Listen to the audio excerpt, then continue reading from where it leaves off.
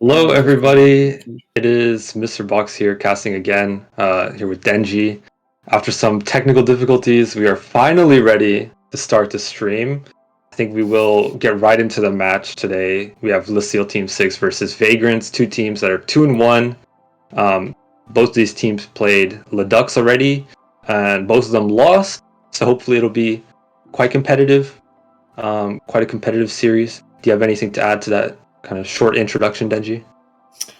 Not really. Unfortunately, due to tech difficulties on my end, my camera will not work. So this is just the way it's going to be for a while.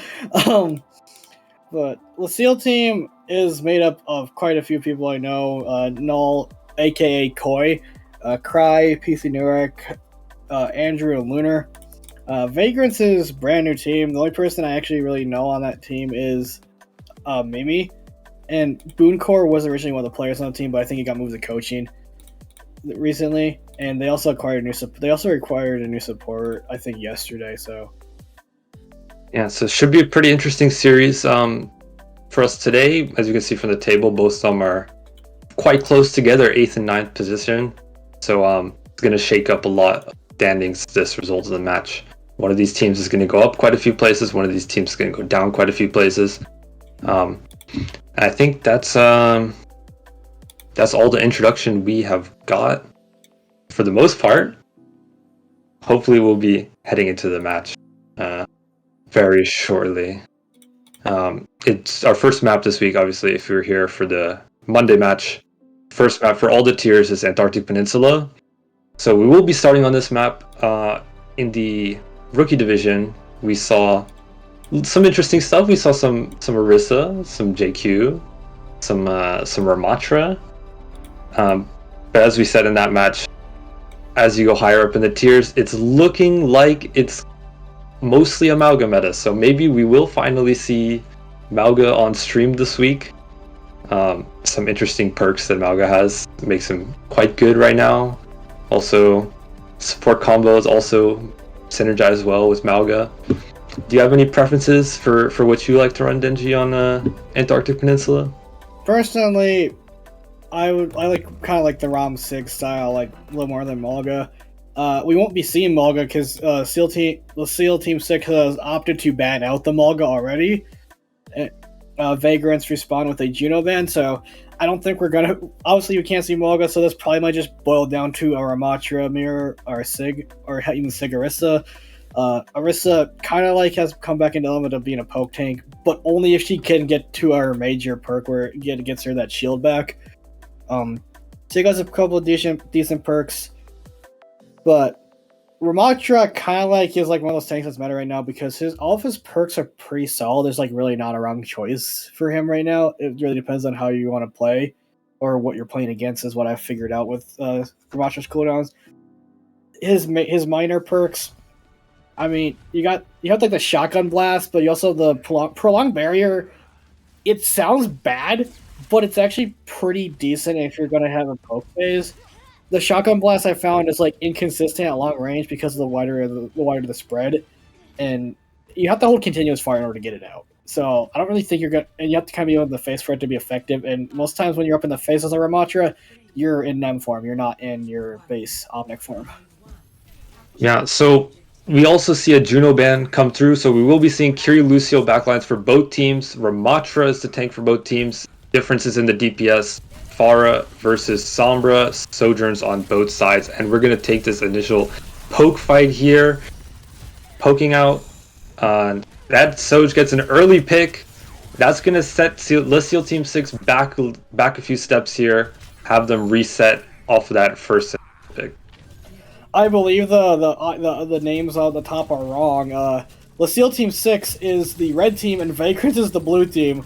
So a little mess up from our production on this end, but I just noticed that because I know Koi is not on Vagrant. Good catch. Good catch, Benji. Lunar takes out Mimi again, and this is just going to spiral into a snowball. Glitch does get the pick on Lunar eventually, but Vagrant, Lucille Team 6 are kind of just like doing a better job of. They realize that Glitch just kind of has to like set up on Sombra, or is going to be somewhere else in Viz, not with the front line most of the time. So they're just kind of taking a 5v4. The fact, and also the Sojourn player, which I don't even know how to say that guy's name, has a lot to look at. He has the Far, he has the Sojourn to match, and he also has the Far in the Sky because he's really the only reliable answer to that pick right now. Yeah, a lot of strong angles coming out from Lucille Team's comp with the Pharah as well. The Ramatra opts to push this backline, gets a lot of space with the team, but loses a lot of HP in the trade. All the resources are coming out for both sides here. No ultimates quite on the table yet, so we might see a little bit of an extended fight. And Glitch finds an opening pick onto Pharah, opening this fight for Vagrants, allowing them to move in and put pressure on this cap. The flip is almost out, and the flip does come out. Vagrants, and they get the follow-up picks as well. Vagrants is going to start taking up this point. 60% almost on the board for Lucille Team 6. Yeah, and Sombra, she doesn't really like do good in Brawl. She does thrive in those scrappy team fights where everybody's like looking at other things and targets are split up. And Glitch takes advantage of the fact that Doom Guy just kind of pushes the entirety of the SEAL Team 6 onto that staircase, and they're all looking at hit the tank and not looking at the Sombra in the back. The SEAL Team 6 does have a couple ultimates coming in here, but it's going to be... I gotta figure out how to say this guy's name. I don't know. It's just a bunch of letters with the overclock right now. Yeah, we got overclocks. We got beats coming out. Kiriko ultimates. Both Ramatra ultimates come out, and Vagrants end up winning this trade after investing that beat. Pride not exactly having that beat fully charged to match, which means that second support ult is going to get them the win. But as you said, that flip in the middle is going to cost them percent. Lucille Team at 75 now, and Vagrant's only at 35, ticking up. Yeah, now it's going to be Glitch's EMP versus Cry's beat. If Cry can avoid the EMP and get the beat off, then it will just completely negate Glitch's EMP. Potato also can time a Suzu too if they really just are relying on that. But PC Nurik has also switched over to the Tracer, and it's also up to a Pulse Bomb already, putting a lot of pressure on Glitch, it looks like. And Glitch, I think, is forced to translocate out. I think they're trying to set up for an EMP, but they're not in a position to do it anymore. We're seeing an extended poke fight come out here. The Sojourn Rails from Vagrant Sojourn is doing a lot of work, but he does get picked to the slow orb from Lunar, and that's the opening pick that Lucille Team 6 needed to rush into this point and get the cap back. Full trades out, 79% and taking. This will be the last fight for the first point on Antarctic Peninsula. Yeah, now you have Glitch. I think Nurik forced Glitch out really early, so they weren't able to set up for EMP, which allowed the SEAL Team to get in. There's the pulse bomb from Nurik goes wide. EMP hits, but it importantly doesn't hit Cry, but the beat doesn't catch on a Potato. The beat response is pretty good, but it's not a solid beat response. Losing one is not the best. And that trade on Cry is going to come out too.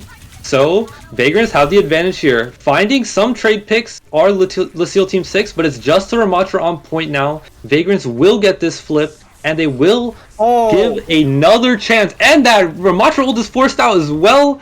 Wow.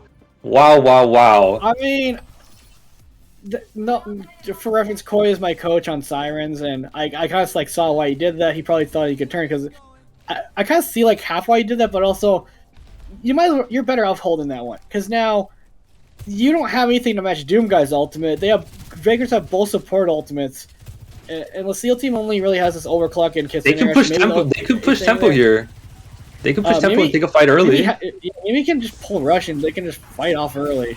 There's the Ramatra ult going early, swinging onto that Sojourn, doing a ton of damage, getting the Ramatra pick as well.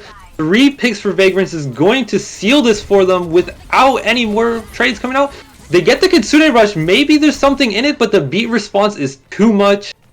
Vagrants will pick up this first point on Antarctic Peninsula. Yeah, and that just kind of came down to a mistake from Koi.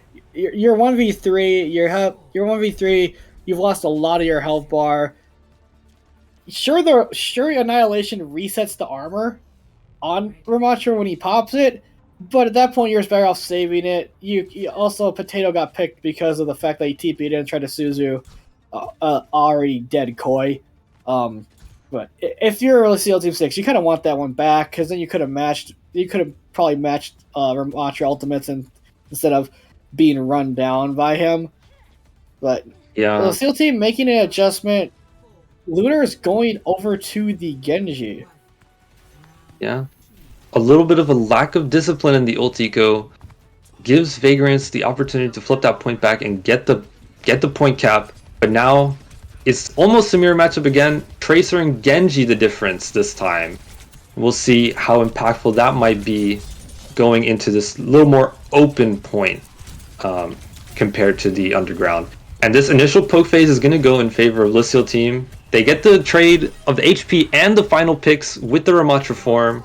That's going to give them all the position in the world and the first point cap. Yeah, what Lucille team is good at in the opening, like these opening engagements, they're like kind of good at like just putting so much pressure onto the main rotate of Vagrants that they force cooldowns out early. Doomguy just got blown up. I think he got looked at by every single member on the SEAL team. And also, this glitch on the Tracer is going to be like off kind of doing his own thing, but unless Mirror just puts a railgun into his head. That's going to be the fight over very quick. Vagrants opt to fully back out, and they get a stagger pick on top of the Lucille team, buying themselves more time, 30% and ticking up. More stagger picks coming out. It's started well on first point for Vagrants, but it looks like it's fallen apart a little bit here on this second point of Antarctic Peninsula. A swap to Pharah. I wish I could. At halftime I need to figure out how to say this guy's name. But he's swapped to Pharah. But this is kind of like a really weird comp now. Now you have like a brawl tank with like a dive type of like core.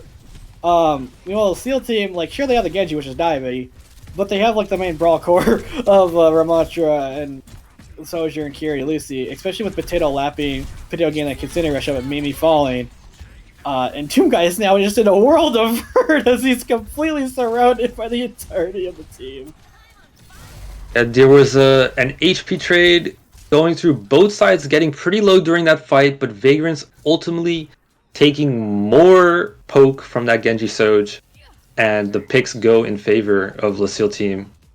They will get the taxi back on that late trade.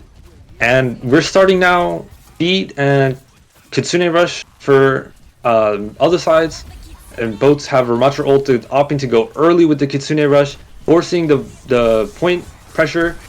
And we're going to trade Ramatra ults as well. All the ults are coming out. Genji Blade thrown in. Can he find the Pharah? He's looking. Yes, he gets the Pharah.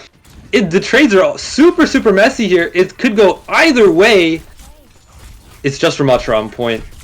The Vagrants end up losing that extended trade fight.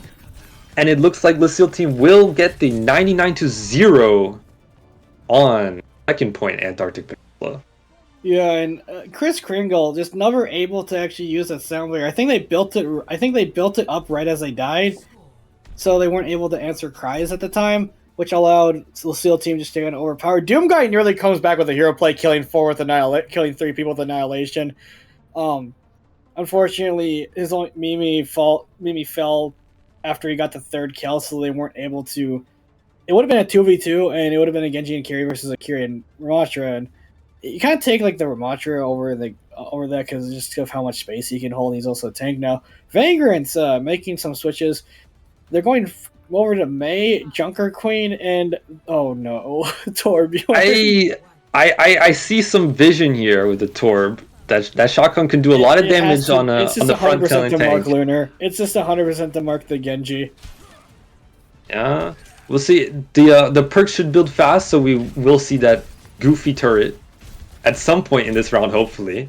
But then again, maybe not. Maybe this point will go down as the last one did, and Lucille team will win in a dominant fashion. It remains to be seen. The opening trade of resources looks like it goes in favor of Lucille team, and it does. Glitch gets picked a little bit too far out of position going forward. Trades look to be found for Vagrants, but it's Lucille team playing too disciplined. As I say, Genji caught out by that Torb, as you said. Torb just to mark Genji, and it does work. The theory is working. Koi taking all the damage from that Torb. Will he go down? Yes. Vagrants find 2 picks, and they will get this point cap first as well. Can they stabilize, though, and keep control of this objective? They lose their own tank, and it's in doubt. Does Lucille team opt to push back in, Denji? They have Koi coming back off a spawn. They also have Lunar going over to the Reaper, so like a little more frontline power to burst that Queen down with the Reaper, as there's the Spider turret. But you see the Torbari almost up to that middle corner. Mimi has the Kitsune, but Potatoes want to match and they already lose their Torbjorn. Ray's found out the Lucio does die, May putting pressure onto the Ramatra, and Chris Kringle on that Lucio finds the kill on Lunar. The Vagrants are up 2 picks. The point cap did go in favor of Lucille team during that, so Vagrants will not be picking up any percentage right now. They need to find these cleanup kills fast, and they do get the point cap as well as finding the Soj. So this should be a one fight for Vagrants here. Yeah, this should be the one fight for Vagrants there. And you see Doom Guy opting to use the Battle Shout perk. It's kind of that perk is like good. Look at this position. Look at this position. He forces Ice Block early. Can his team meet him to help him get out? Sneaky, but barely gets that. Doom Guy gets picked. Wow. Oh, the Blizzard looks to save this fight. Blizzard looks to save this fight. We're seeing all the ultimates come out in this really weird fight position here. And it looks like Lucille team's coming out. Lucille teams, they're able to get that trade on the Curie. I mean, they will get this Quentin Plat. This favors Vagrants. Like they get it up to near 90%. Lunar takes out Lunar. Glitch takes out Lunar with the ice block down with the crowd from first damage. It gets 3 picks, and then walls his own queen up top. This has to be the most insane series so far. We are on the last fight overtime right now, right here. Torbold on the point is going to make it difficult for Lucille team to touch this, but they are surviving it with that Lucio beat from Cry, and the Reaper ult comes in on top, finding one, but getting traded by the May. Glitch is going nuclear with this May. 5 picks in the last 30-45 seconds, and the Curie Rush on top for Vagrants, looking to confirm this fight win. It is really messy here. Still 2 for Lucille team contesting. Soj comes back, Curie ult in, Curie dies. I don't even know. It's still going on, still trays. Wow. They finally find all the picks. Vagrants push Lucille team off the point, and they get that point cap and win the first map. This has to be the greatest series of all time in this tournament. That was a lot to unpack. I mean, Glitch saves that one. I mean, that one fight, like, it really just like favors Vagrants. Like, they got to. I thought they were gonna get like made 80 and then die off, but I think Lunar forgot that one of the perks on May turns her ice block into like a mini blizzard, and it creates like this area effect where it damages you because he died to that twice, and then Glitch follows up with 2 more picks. And then does the thing that all May players like seem to do to their tank players is whether it's walling Shatter, walling pretty much any tank ult, he walls his own queen ult off. It has to be like play of the season right there. Play of the tier right now.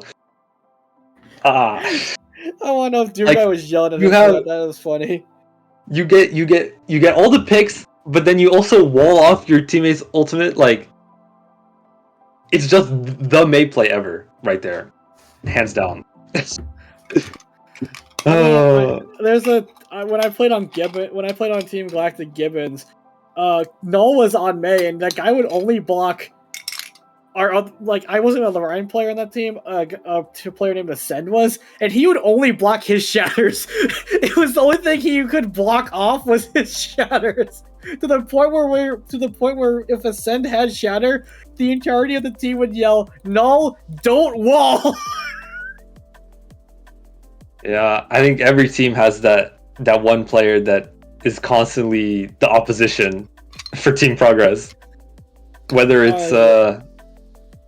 it's completely not on purpose, but it just always ends up happening.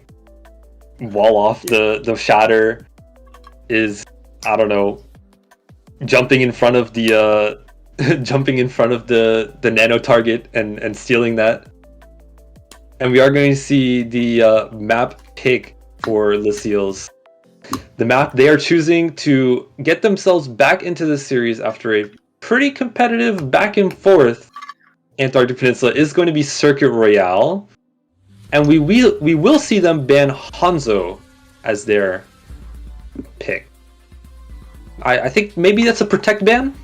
maybe. It could be a protect ban, or it could be that they just don't have a Hanzo player, which would surprise me with how in depth their DPS lane can be. But it could just be protecting Lunar's Widowmaker, because I know that guy can play Widow pretty well. Vagrants, I wonder what they're gonna ban. They could just like be like, hey, we're just gonna ban Zen or Bap, and be like, Vagrants ban Bap. Like, guys just willed into existence. So Vagrants ban the Bap. The SEAL team ban Hanzo. So it's going to be. I won't be surprised if it's still like poke, but you might like see a Kiri or a Ana in place of the BAP. I won't be surprised. Or even Juno can be played on circuit. I've seen that. I've seen that a couple times. Okay, I'm thinking about it, and I think the BAP ban kind of just invalidates Zen, doesn't it? It invalidates Zen because like the Zen is like for the pure output of damage, and the BAP is just like for the burst healing. Yeah, I've seen anymore. Yeah, I've seen some teams get away with like Zen Kiri, but I think that's a little bit suspect. A little bit suspect theory. I've seen teams get away with Zen Ana, like a Vision Esports and OWCS EMEA. Yes. They would play Zen Ana. They would not play Zen Bap. They would play Zen Ana. So let me give you a little bit of trivia here. This was actually a map picked by Queensguard versus Vagrants, which Vagrants won 3-2. That was a round 2 matchup. So this is a map that Vagrants has experience on. Listeel team also has experience on Circuit Royale. They got a 2-1 win on this map in that match versus Ledux that we mentioned at the top of the broadcast. So both teams probably can. Thank you, Rain. Feel Rain with the clutch. Rain told us how to pronounce that.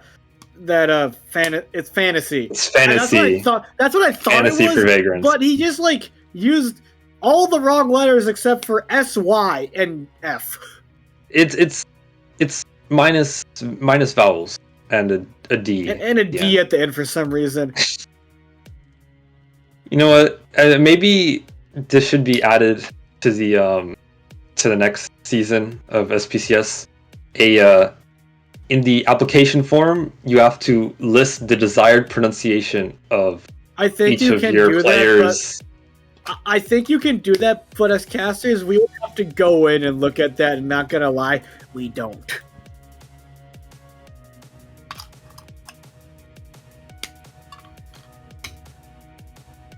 Only one time because I thought our producer said something. Yeah, I think the map has started, but the stream doesn't see it.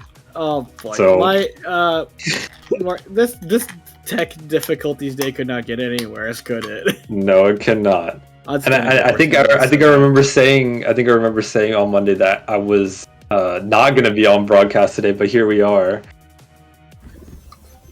All right, here we go. We are in map, and we can see.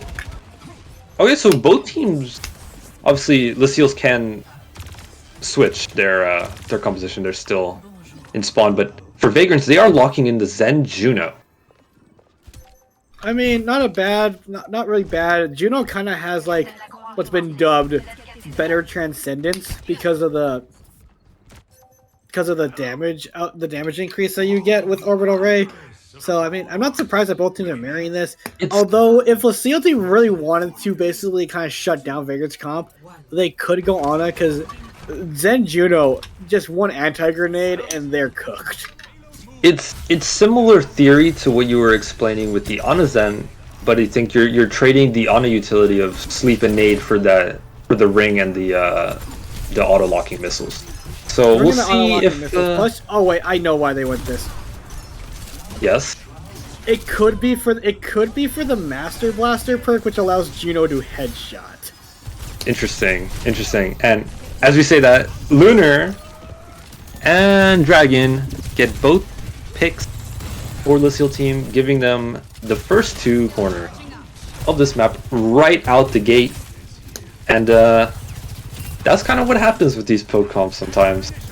The one DPS just finds the angle and the timing and eliminates someone off the field. Yeah, Dragon, As we see happen Dragon again. has glitched number right now. As Poke is like one of those comps where it's like solely dependent on can you aim or not. Like there's like other like swing like there's all like swinging 3, 2, 1 shielding in the window and blah blah blah and all that stuff. But if it's a pure poke battle, it's which team has the better aimers on hit scan or whatever. As you see Glitch just say F that, I'm going over to Genji. Yeah, and these Lunar and Dragon continue to get stagger picks for Vagrant for the Seal team here. So he it's takes him out again. Oh my god. It's this poor guy can't get a break. It's buying a lot of space for the Seal team here. They're gonna be up the first hill, approaching the second one, and they are going to position in front and make Vagrants have to push them back. And we are seeing a Ramatra swap, so maybe they're gonna look to kind of run down Koi on this tank a little bit more. Except that rock, very, very not conducive to Ramatra running you down. No, Potato already has that Transcendence out, and poor Doom guy in the play just getting played. They do manage to find out Potato, Trade Potato. Lunar has the OC, Glitch goes down. I see. This is why the Seal Team 6 play pick us. Lunar, aim, please. Lunar, hit a shot!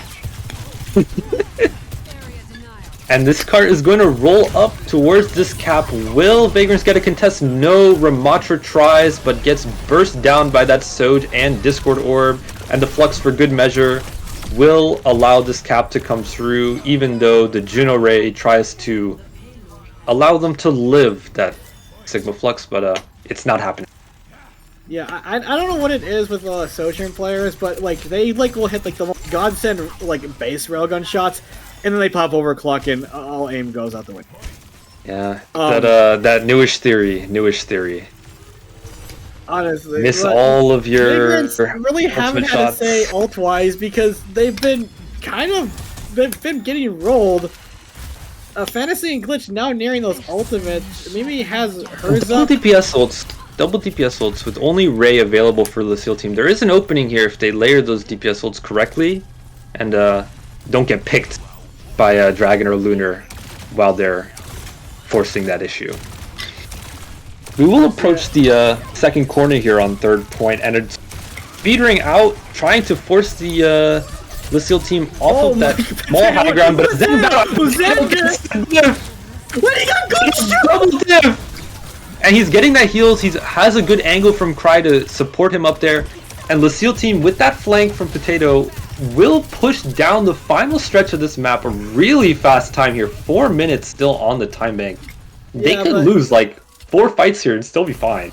Yeah, Vagrants do have almost 4 ultimates, and they might have to burn all of them just to hold this point, especially if the Seal team decide to trade out. As Potato is still up there! Fantasy nearly gets taken out. Potato he gets me again. And then Trent This guy is literally just God's gift on Zed, as Vagrants are gonna lose this point, and with 3 ults still available. The cleanup from Null goes crazy on that point. It's really Potato on these flanks. Specifically, third point just opened up everything. The entire defense unlocked. The key was Zenyatta on the flank. No footsteps, floating around. I wasn't able to catch it, but probably has that 3-second hover perk, make it even harder. Honestly, that would have been really to fun. see you. Honestly, with how fast he got up there, I wonder if he just hovered. Yeah, with that perk, Zenyatta Parkour is now a new custom game mode. Thoughts? Honestly, I would love to play it. Would be more terrifying if Null picked the Levitate perk and you just have a Sig and Zen just ominously floating up. Oh, that would be crazy. I would just give up if I saw that in my face. As Vagrants have just basically decided to say F this and go full on dive. Oh, monkey dive. It's doable, but it's tough. The angles are the angles you have to move through to get a successful dive are quite deadly. Diving the initial high ground on circuit is okay. But where dive struggles is once you get in a courtyard, it's so open that you really can't close the distance without getting shot at. There's like limited natural cover for Winston to use, and when you do jump, you're kind of just like asking to get shot in the face. Well, if you are Vagrants with the performance they put up on their defense round, I think you have to try something different. You kind of have to. There was no resistance really.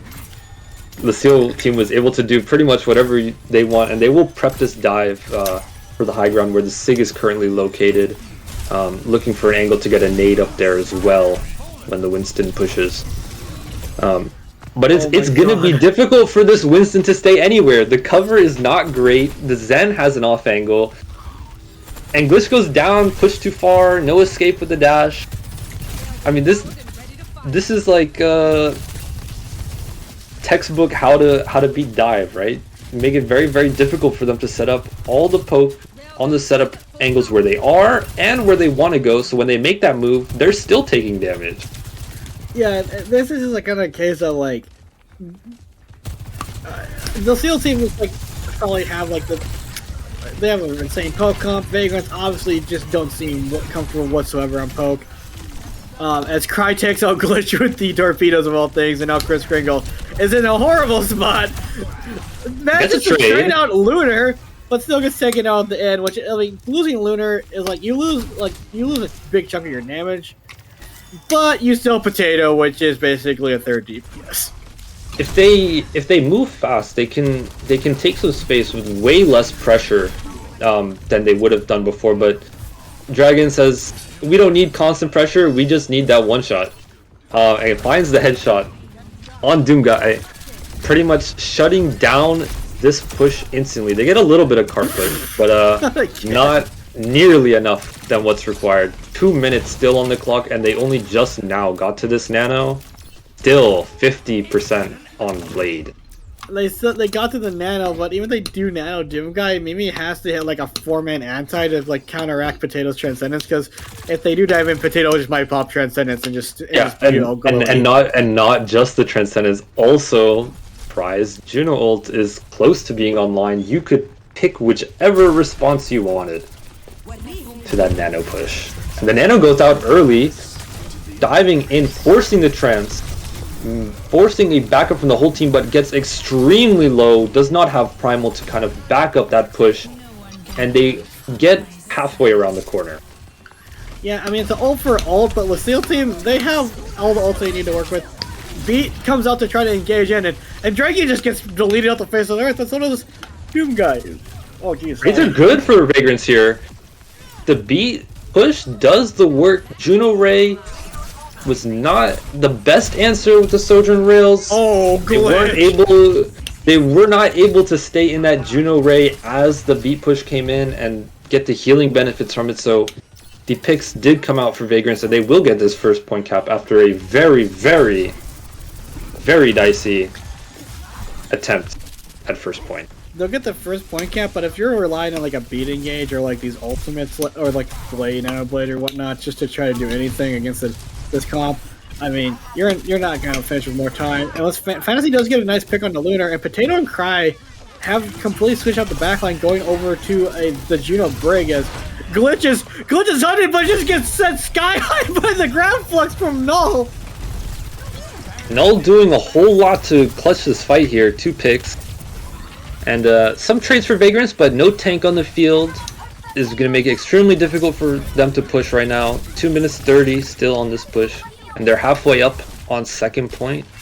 Some ultimates to work with. Close Nano, Sojourn Rails, and Winston ultimate again. But, and they go early with a nade push. Sig, very, very low. Could be traded, but, yes, you get 2 picks. Sig and Widow down. Sojourn ultimate finds the Brig as well. The SEAL team will get a contest here. They don't have ultimates to be able to make this contest, but only a nano for Vagrants. It is possible for them to get a hold here, but it's not likely. Yeah, and you see Null going over to Ramatra. So Vagrants are making make some adjustments here, as I mean, you force a nano out on the Doom guy. That's not bad by any means. And you also get two trade picks as Doom guy desperately trying to get rid of Dragon. But now he is deep in hostile territory. And Noel's super low, but he's got Potato to pocket him, and now Doom guy has to get out. Yeah, and it's the adjustment to dive comp has worked here for them. They've forced off the Sig, they've forced off the Zen, and now it's a little bit of an anti-dive brawlish comp. The Widow's still in play for Lucille team, and that Widow gets both supports down. That's why you keep the Widow. Yeah, Fantasy will trade out Dragon in the end, but the damage is already done for the Seal team. And now they have the Rally, they have the Overclock, they have all the ults they need to work with here. Vagrants, they have the Sound Barrier, but you could just overwhelm that with that Sound Barrier with the Orbital Red if you want to, or you could just disengage it and then re-engage with the Orbital. Sojourn ult coming out first. Notice the Winston. Hello? Lunar? I mean, he gets a kill in the end, but I mean, I think their coach has to talk about awareness to this guy because that guy was just sitting in the corner and Lunar just said, I don't see this big ape next to me. Yeah, maybe this is the timing. No, never mind. The SEAL team's still up on ultimates double supports versus just a beat for Vagrants. They need to get maybe one more dry fight out here where they're not really using ultimates and force some for Lucille before they have a really good shot at pushing this back point. And they get the Ray out, but they're popping Primal as well. Clearly the dry fight wasn't called, and they will... trade's going both ways here. Doom guy gets one with the Primal, Glitch goes in and gets another. They're able to win this fight where Lucille team used 3 ultimates. Extremely economical for Vagrants. It's making this this point cap possible here. Yeah, now they're gonna have that Nano Blade, they're gonna have the Overclock, and they also saw the beat. Dragon going over to the Cassidy, try to slow down the dive. Obviously, Widow kind of is a little limited on this final point, especially if you're up against the dive comp. But they lose Potato already. That's not what you want. That's not what you want. The Sojourn Rails for Fantasy doing the work, finding one. Can they find a little bit more? It's an easy hold position for Null on the Ramatra here. He has the pocket of Brig for a while, and that Juno will be coming back soon. Genji Blade plus Beat plus Nano looks to find an instant fight win here. Finds 3, but the point can still be contested. Brig's on, but that will be short-lived. Vagrants will do the work on last point.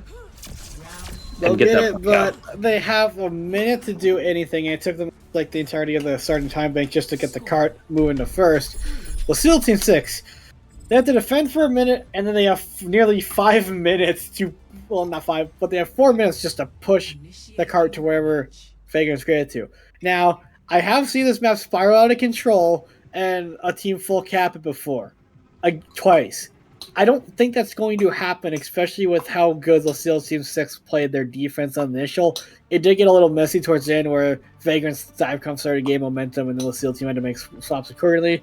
But I won't be surprised if both teams just start on the same comps, as actually Potato has gone over to the Ana and Cry back on the Juno. Yeah. And we see Fantasy picking Pharah here. Interesting pick. Obviously, over time you get selection of all the perks. Yeah, that's the other thing. In OT rounds, all heroes spawn at level 3. So if you want a certain hero, or you're planning on switching to a certain hero in the stall time, you can just you can just sit in the spawn room, pick the perks you want. Obviously, that's what Mel was doing there. You're not going to play Roadhog, but you can pick the perks that you want. So then, when you do need to make that swap, you're not like just trying to pick perks while you're trying to get to the point to stall or whatsoever. Yeah, it's going to be a difficult push here for Vagrants. It took them a long time to get the dive set up well. Ultimately, a beat push was what they needed to get that. Oh my god! And that's why you don't play far around Circuit Royale, kids. Lunar is the best shot in this lobby, maybe. I think definitely he took a shot on the SEAL teams. And Lunar just put like a 2-charge railgun into him. It's definitely one of the SEAL teams. 2 snipers here. That is the best shot. But The Winston dive, looking a little bit flimsy for the first few seconds here. And there's only 15 seconds left for Vagrants to work with, so it's going to be rough for them. And the stagger is just coming out over and over and over again. They will not get much more push than this as the overtime starts to tick down. Maybe there's something in it. Farah finds one. Surely not, right? Yes. No, there's a Null with the securing pick on the Farah should be enough. Finally, Tracer, Winston, and Ana on point for Vagrants, but they will slowly die as the Sig contest. Maybe? I feel like this is it's just Chris Kringle way less definite than it should be. Nano required for Lucille team to hopefully clean this up. Farah back in again. Lucio, Ana supports still contesting cart. That contest gets very, very low if anybody steps off. And they're getting more push than I thought here, Vagrants. Still cart is contested. Ana could die here. It might be winnable maybe as Vagrant starts to come up on some other ultimates, but Sigma Flux, Sig 9 right now. No. This is a very, very weird contest fight, I'm gonna be honest. This fight should have been over like a minute ago. Null does the work. Vagrants get a few extra meters off of a very, very, very, very extended trade out in the contest on OT. But ultimately, a very short distance the Lucille team will have to push with 4 minutes on the clock. It started to look dicey when they couldn't kill Chris Kringle or Mimi for a while there. That allowed Fantasy and Doomkai to get back into the fight. But at the end of the day, they just had a little more. They had the better ultimates to try to get through that. Null clutching up at the end there with the Flux and getting those kills. But you got to think like that against a better team that might have gone the other way. The cleanup just kind of was like a really messy as a oh no. I mean, we saw a bit of it on Antarctic Peninsula. The discipline with the ult eco was in some moments just a little bit lacking, considering that second point where Null drops the Ramatra ult. So maybe there's a bit of that creeping into the gameplay here. A little bit of what in the indiscipline. Are on a spawn hold comp. I mean, you have to, right? You have to. I mean, you have to in this situation, but this comp is literally just bully the tank and then worry about everybody else later. Widow looking out, seeing where are they? Are they playing poke? Are they playing dive? Nope, they're in bottom right room. There's all of them. The Tori's on left side. Forces the Widow, and Glitch on that Bastion will find the securing kill. Oh, but no, Chris Kringle goes down to Sojourn Poke. That could be it of the first contest fight. Die on cart right now, please. I beg of you. No more cart push. Everyone die on cart. Stall as much time as possible. Glitch finds another. Okay. It's winnable. Big slam in from Doom Guy. Finds all the pressure with that Bastion form on top, but Lunar on that Sojourn will find 2 trades. This will be bad for Vagrants, even if they win the fight, because Lucille will have better spawn. Doom Guy, please. Okay, he gets the kill. And they've burned a minute off the time bank. So that was looking bad with Chris Kringle going down, but then Glitch just finds 3 picks on the Bastion. As now you see Vagrants vacate the cart and back up. The next best spot to hold is the bridge, or underneath bridge, because you can stall the cart from there as well. As Koi goes over the Ramatra. Potato and Lunar are nearing their ultimates pretty fast here. But so are Fantasy and Mimi are the closest to their ults. And Molten Core is like one of the best area denial ultimates in the game next to Cage Fight and Minefield. So don't be surprised if they just chuck it on there and buy time. Yeah, the theory looking quite sound here for Vagrants with this comp, as a matter of fact. They have almost a tailor-built comp for this contest, but the X factor is that Sojourn pick was not accounted for. Nano Sojourn rails, finds one, finds that Juno. This will be the end of the map here. No matter what happens, no contest is possible. Lucille Team 6, after probably the most interesting map ever, find the win on Circuit Royale, even if it was probably way closer than it should have been. Honestly, with how well that Lucille team attack was, I'm surprised that Vagrant's even got all the way through the map. It was the attack and the first point defense were insane, and then everything else was like messy.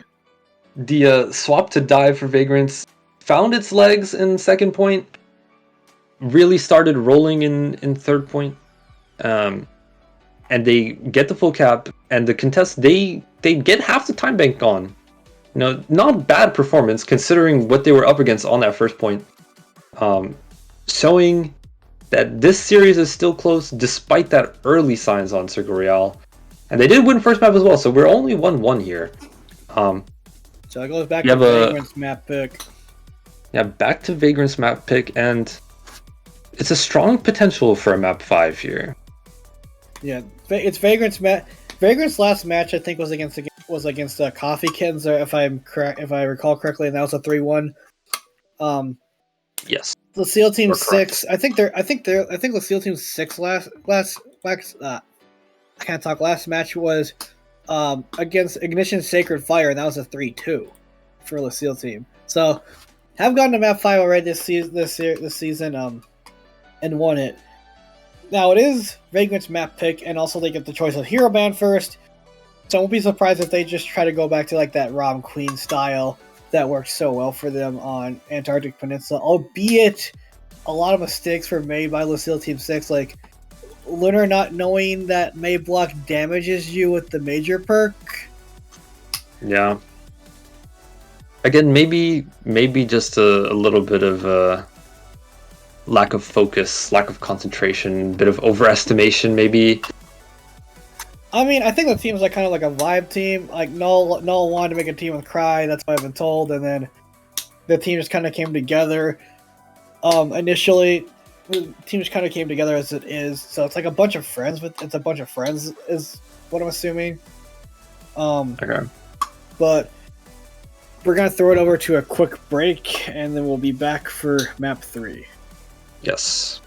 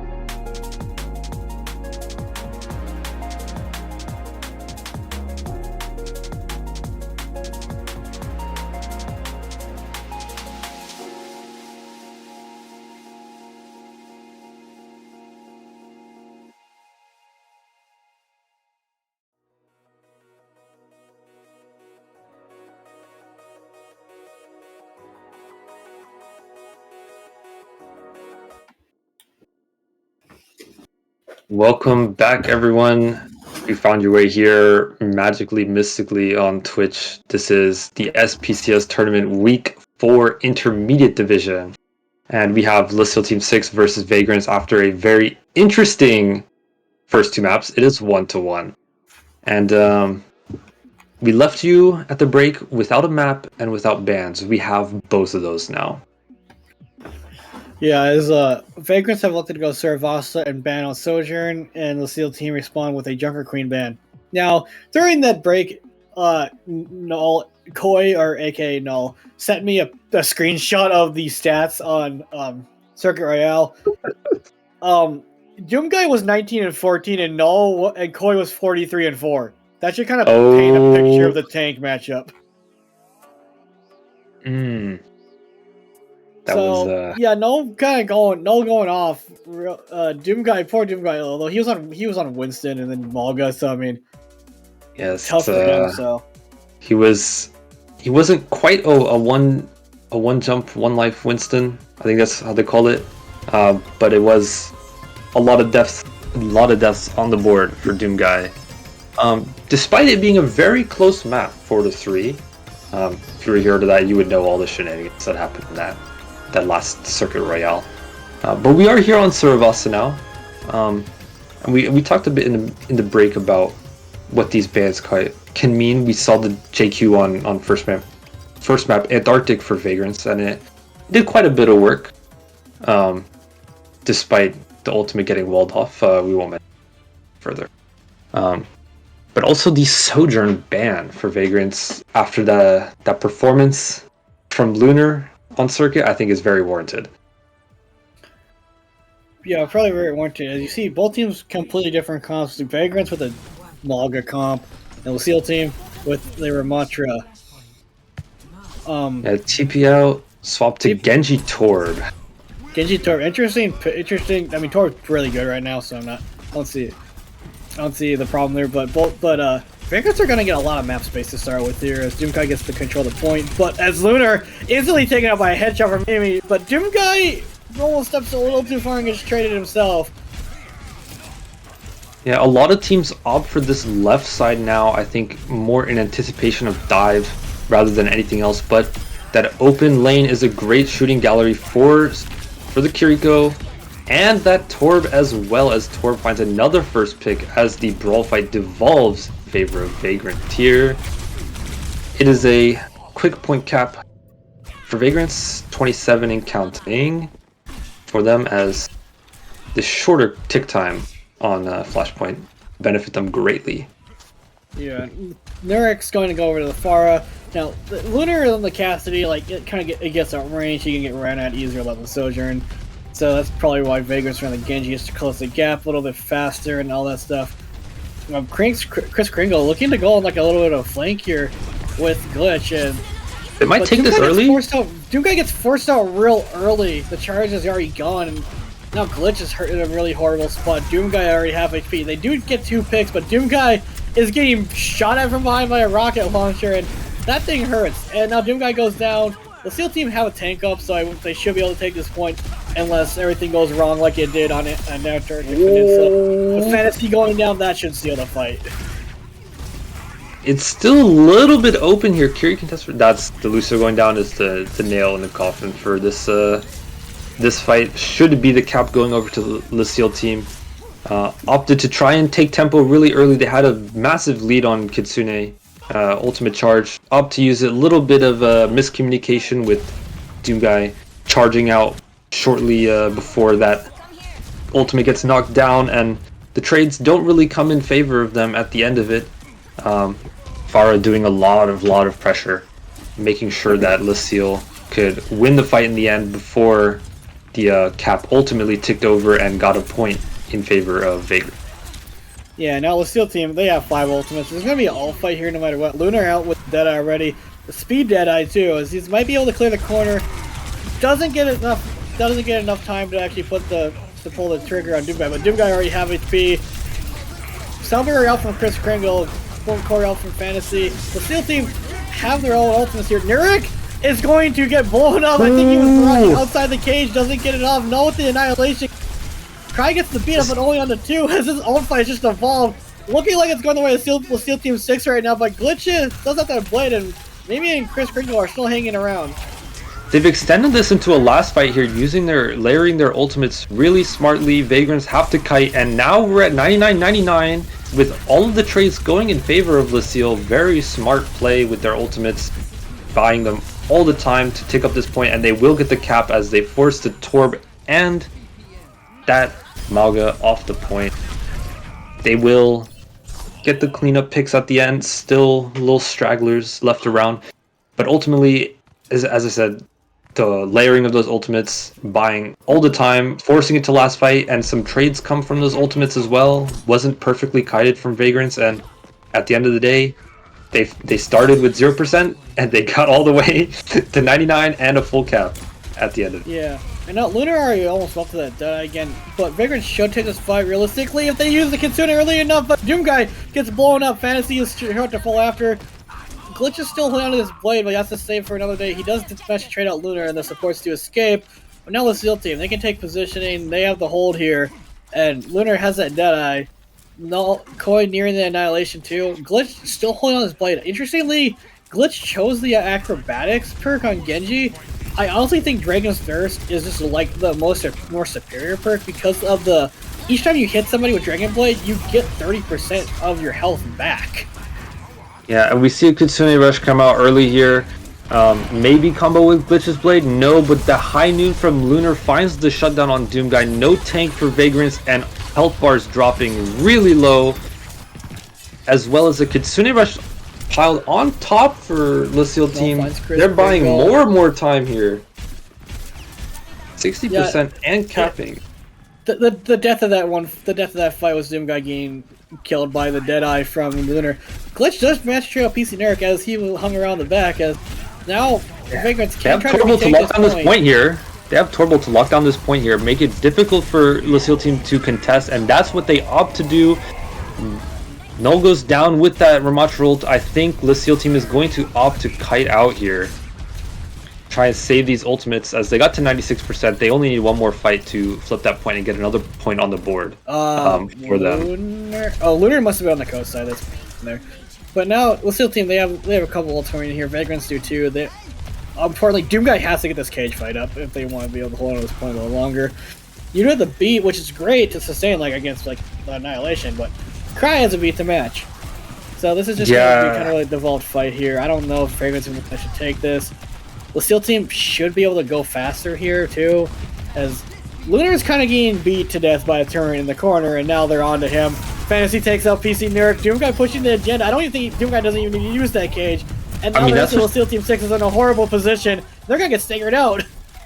That's what you need if you were Vagrants there. You make the fight long, make it difficult, rotate in a bit, rotate out a bit, push and pull.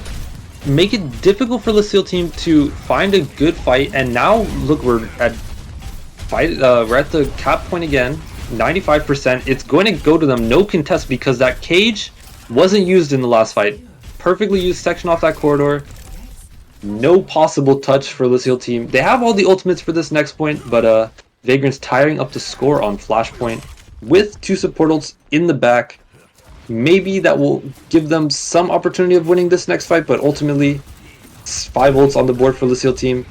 Should be no chance of Vagrants at this first cap. They might opt to save and go for the next one. Yeah, and as you see, the Suzu attempt by Mimi to try to save Chris Kringle, who is just caught in a horrible position. He gets picked by Deadeye. Glitch is in a horrible position right now. Lucille team, you only use that one fight to take all the space in the world now. Vagrants, they have to push back in. Yes, they do have 4 ultimates, but so do the SEAL team, so this could just be a giant ult fight. They're doing a good job of staying alive, but that's a very early Suzu from being forced out onto Fantasy, who had got taken low. I think Lunar on the off angle there. But Chris Kringle manages to go and find Lunar, and now it's a 4v5. They're going with the Mirage, but gets traded by Glitch with the blade, full corner of the point. Null is in a horrible position, just burning to death against Slash Jet. Cry should be short to follow. The only silver lane for Lucille team. They only used the barrage. Yeah, it's still looking quite good for the Lucille team here. Ramatra ultimate, and as we see that Torb, lovely turret love the turret positioning. Double supportals for Lucille with our Ramatra ult, but Vagrants also have double supportals of their own. It's not a for sure fight win for Lucille here.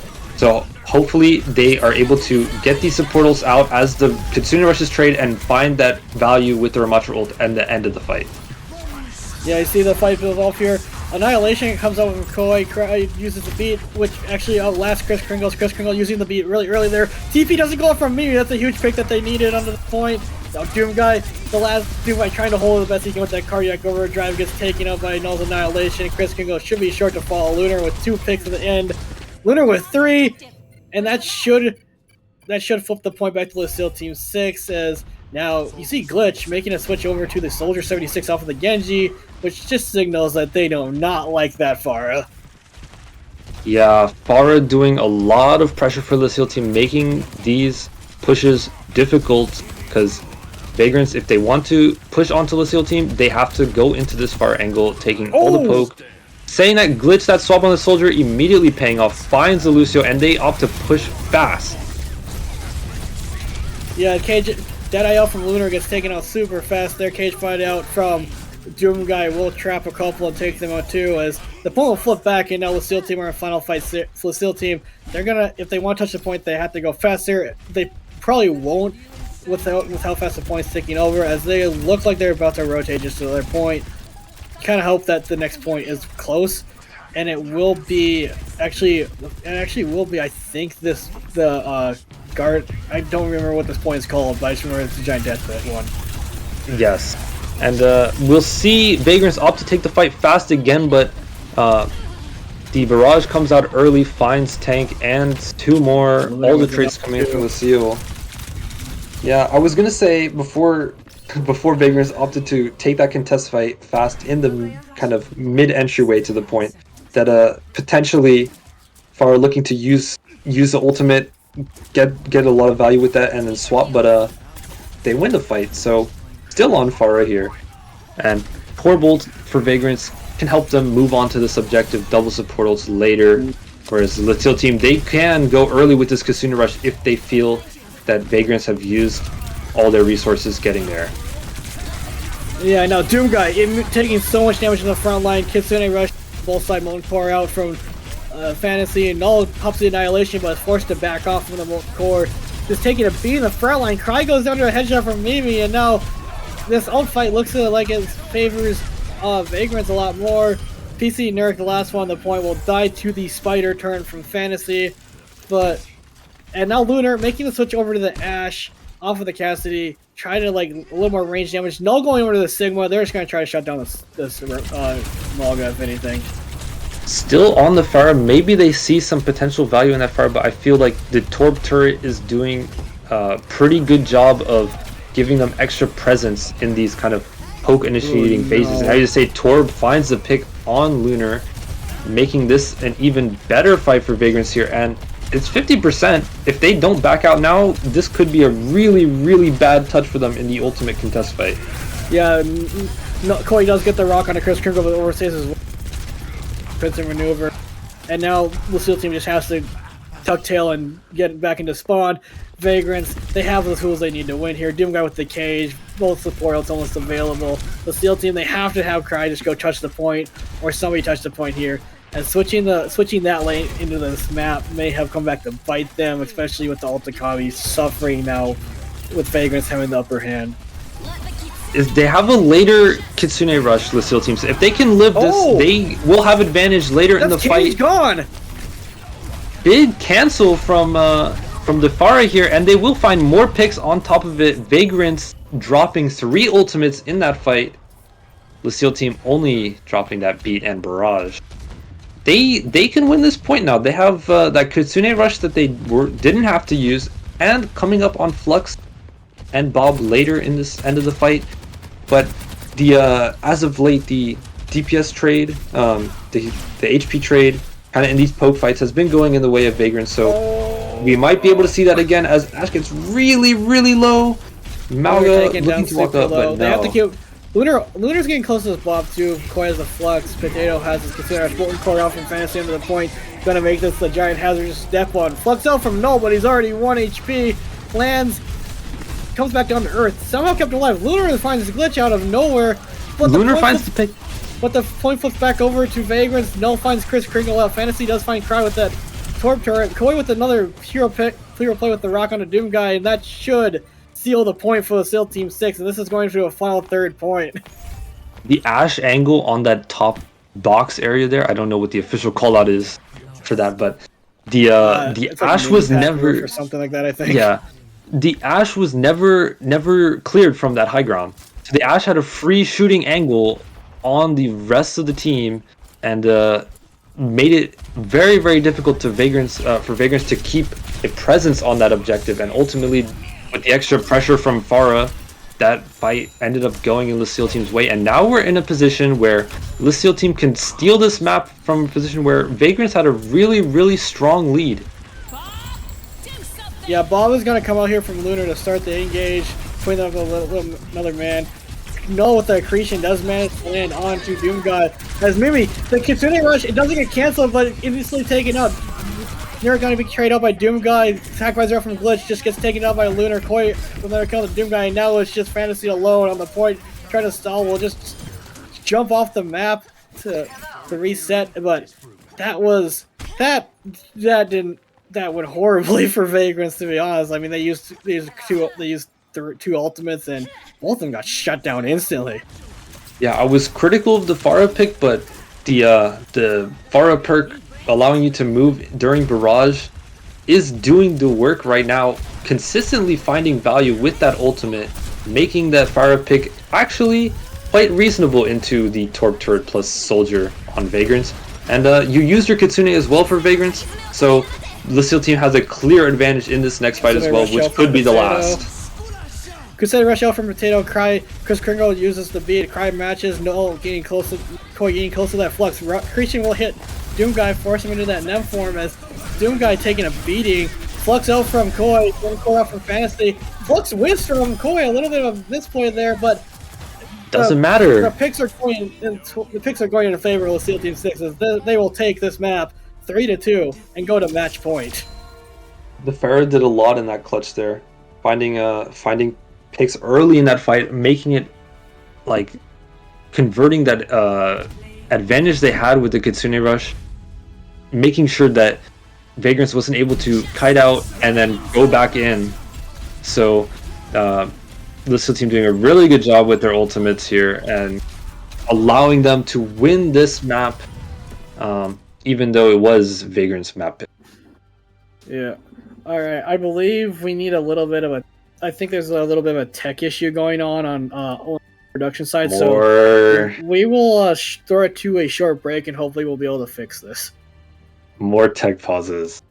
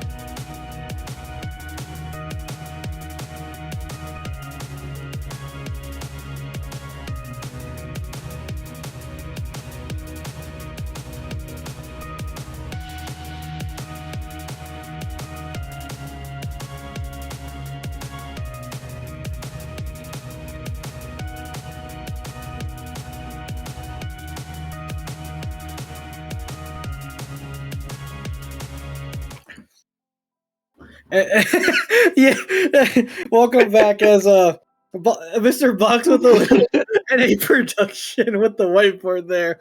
As Uh, the scoreline, we, okay, that was corrected there. So Seal Team 6 take an extremely close Saravasa map. Now it is still Vagrant's map pick and hero choice of hero ban.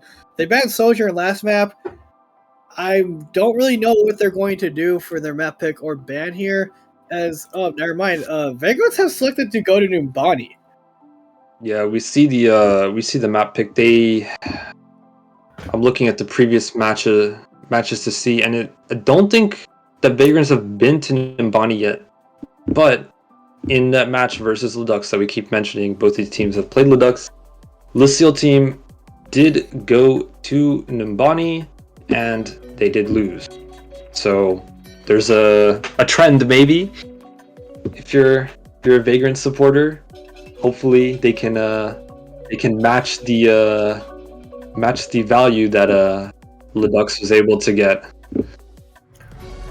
Yeah, and we're currently waiting to see what Vagrants and Lucille team are opting to ban. Now the bans on last map, Lucille team banned out Junker Queen and Vagrants banned out Sojourn, so those heroes off the table. Obviously you wouldn't ban Junker Queen on Nimbani unless you're doing like a protect ban, because Queen is not good except like maybe for third point on Nimbani, which is like more of a wrong point. But we'll see what Vagrants decide to ban out first, as they do have the first option of picking for the ban since they lost last map. Yeah, out of the bans that Vagrants have done so far, I think the only two, like, they've banned Juno, BAP, and Sojourn, right? And to me, the two that are probably the most viable on Nimbani is Juno and Sojourn. So they can't, if they want to say, okay, no more Sojourn for you, they can't anymore. And they could just ban out. Honestly, if I'm thinking, if your dive comp is strong, Winston, they could ban out Diva. Anna hasn't been banned yet. Anna could be banned. Anna hasn't been banned, but I know. But since they did play down a circuit that they have a dive comp, I could see them banning out Diva just like as a protect ban, as we'll see right here. As Seals ban out Winston already, as Vagrants. We're just waiting on Vagrants. Obviously, they banned first. I think that's out of order. I think that might be out of order a little bit on our side, unless Vagrants were the one to ban Winston, which I don't think they did. As Vagrants have decided to ban Ash. Lucille Team 6 ban out Winston. Okay, so potentially, if we still wanted to see dive from Vagrants, maybe it's the Diva look, maybe it's Ball, maybe it's Doom, maybe it's Hazard. Well. Hazard, something we haven't seen yet today. Haven't seen much of Hazard since the Hazard meta. He's like okay with perks. I don't know if you played with him with perks, but he has a couple decent ones. I mean, the combo that I've seen run a lot, if you're basically wanting to if you want uptime with your spike guard, you run the Reconstitution and Anarchic Zeal perk, which the Reconstitution, basically if anybody collides with your wall, you get like a little charge on your next spike block. Anarchic Zeal, you heal 25% when spike guard damages people. The other option is to put all your eggs into your into your violent leap basket. Which, I mean, the first perk, 30% more damage to targets above 250 HP. That I don't think that factors in overhealth, because I've slashed at targets that have overhealth, and it just did the base damage that it would do to a normal squishy. So I think it only works mainly on tanks. And then the other one is Deep Leap. Your final leap range, I think, is increased by 30%. And we saw a flash of the lobby there. We will be going in shortly, hopefully. Fingers crossed, knock on wood. I do have real wood. I do have real wood here. Okay, we're good. This whole entire night has just been like a complete dumpster fire, for better lack of words. I was gonna say something else, but if I said it yet, you would probably come in here and ban me. I hope we No, Surely get off that. Hog. They're on attack. They're on attack. It's okay. Um, Oh my god. If they walk the, out that the comp, I'm jumping out my window. Diva looked for Vagrants here though. How do you feel about it? Ana, I don't. I'm not. Maybe Lucio. I feel like you have to see that Lucille probably going to play dive, and maybe you opt for Brig over Lucio. But maybe Lucio was enough to kind of repel the dive, just with the extra boop knockback. You never know. Maybe you're playing the Lucio for like a more aggressive dive. Diva has been called by some casters back in Overwatch League the poor man's Winston. Like if you don't have Winston, but you can play Diva, you can play Diva. It's going to be Diva for both sides, but a completely only thing that's same is Diva Ana. Everything else different. Yeah. The Torb did a lot of work for Vagrants on the last map. Wasn't able to quite seal the map win for them, but they do opt to keep it here, and it might be a good thing because that Echo... Lunar manages already to pick out Fantasy. That's not good, as kind of get the drop on him. Glitch drops down with the deflect, but finds nothing. Lunar now on the off angle with PC Neric, as Lucille team, they have to find another pick fast here, or else this is going to go the other way, and Glitch trade out onto Potato. And Koi is currently taking a little bit of a nap. Yeah, that should be it here for this fight. I was gonna say the Torb turret is a great like disincentivizer of the flying characters, but you know, Lunar proved me wrong. Does it right, gets the Torb kill, but ultimately the trays as that fight devolves, Diva able to dive in onto Potato, secure that kill, and cry on the Kiriko. Not really enough healing to keep everyone up and alive. Doomguy is currently out of mech, so somewhere on all that chaos, Doomguy did get DMX, so if Lucille team can go fast enough, they can take advantage of the fact that, well, Vagrants do currently kind of have a tank alive. They are in the baby Diva form, which isn't the best thing, but Doomguy should get their mech back for the fight to start here, as there's the mech recall. Potato already anti Koi taking a little bit of a nap on the side.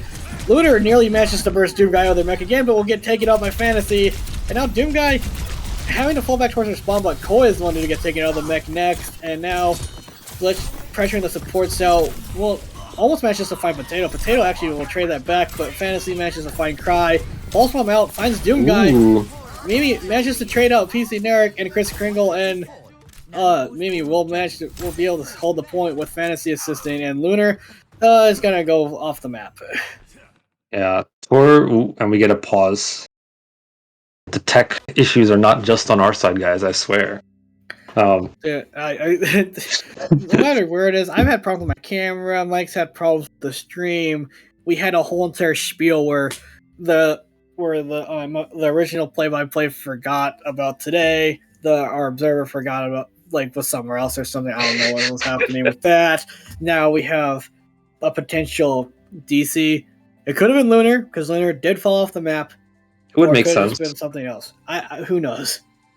Yeah, I think the DPS look for Vagrants is quite good right now. They have pretty favorable matchup into the DPS of Lucille's, which is buying them a lot of first picks, which is ultimately leading to these wins. And there hasn't been a ton of pressure for that point cap because the picks have come in quite early. So I don't remember the exact ultimate state games in right now, but I think that it should be quite even, and it should be nanos for both sides, which, if you're looking at the nano targets on both sides, I think the nano targets are stronger for the SEAL team. So it could be this could be the moment when we get out of this pause, this upcoming fight could be the moment that Lucille team's able to kind of break this first point and start pushing in second. Yeah, as Lucille team kind of has like they have like a, but the problem is Vagrants have Torbjorn, which is really good at marking the lanes that Tracer wants to take to the back line. Can also help mark the Echo as well.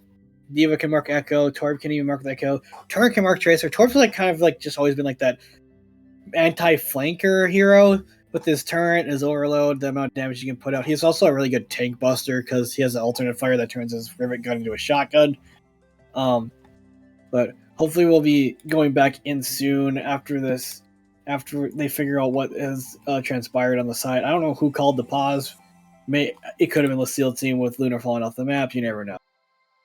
Yeah, it might have been an auto pause too. I wasn't able to catch the chat there at the end. I think chat was hidden. Chat's hidden, of course. That's usually the case. Yeah, I don't know. I've kind of always been on the like Torb supporter train, like for quite a long time. I was like, Torb is quite underrated. He's pretty good in the brawl matchup, and get some small tuning buffs because nobody else saw the vision, and then the perks come in, and now he's very, very solid. He's always been a kind of like a meme hero. Like he's never like really been hard read until recently, where he's actually been really good. But he does like the things that you want like a character like him to do. He's a really good anti-flanker with the turret. He can use his overload that increases his attack speed. He gains over health, and he also has that shot. He has a shotgun. He has one of the best area denial ultimates with Molten Core. And Torb, his kit is really good.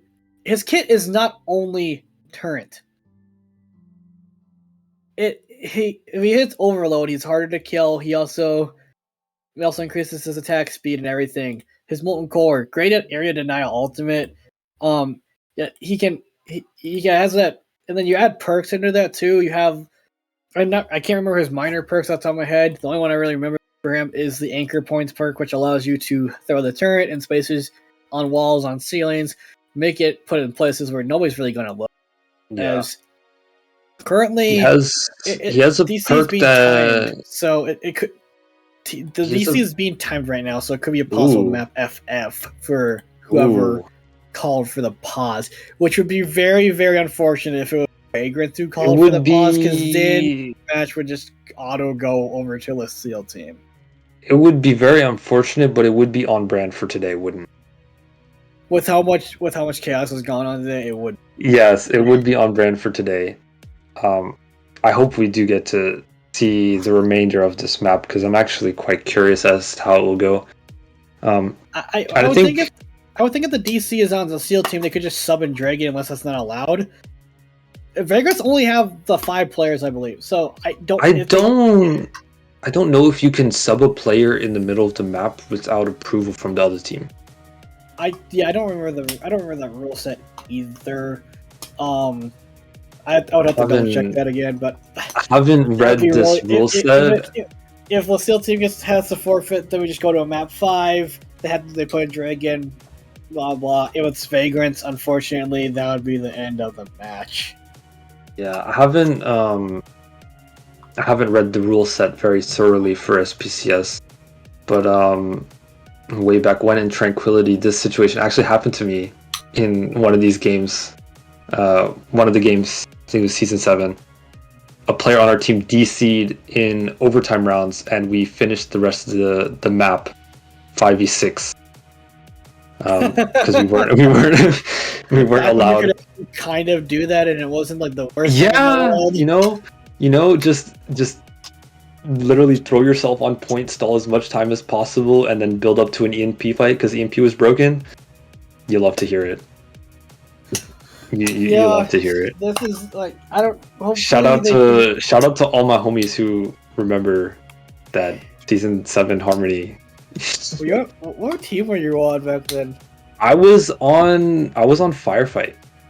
Oh, yeah. For some reason, I was thinking Chrysalis, but that was like that was the season after.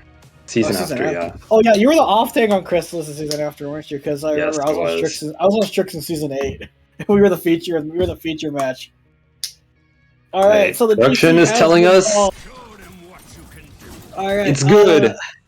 I believe it was. Oh, I believe. Yep, it was Lunar who DC'd out, and Dragon has come back. Dragon has been subbed in, so I guess Vagrant's decided they did allow the sub. They did allow the sub, but the SEAL team making some switches. Brig, Genji, Brig. Cass. Yes. Yeah, I think Dragon on the Cass seemed to be more of a hit scan player, so make sense on the cast instead of something like a Tracer, can play which Tracer, was being run before. Maybe. It's- Early. Nano goes out on the Koi, beat off of Chris Kringle, but it doesn't hit Mimi, importantly, as Mimi gets taken down. Now Chris Kringle trying to salvage this fight, but Koi is a little bit lost. Bomb out from Doom Guy, I think, has just reset that mech. PC Nerf 1 HP against Glitch in the corridor. Manages to escape barely at 6 HP.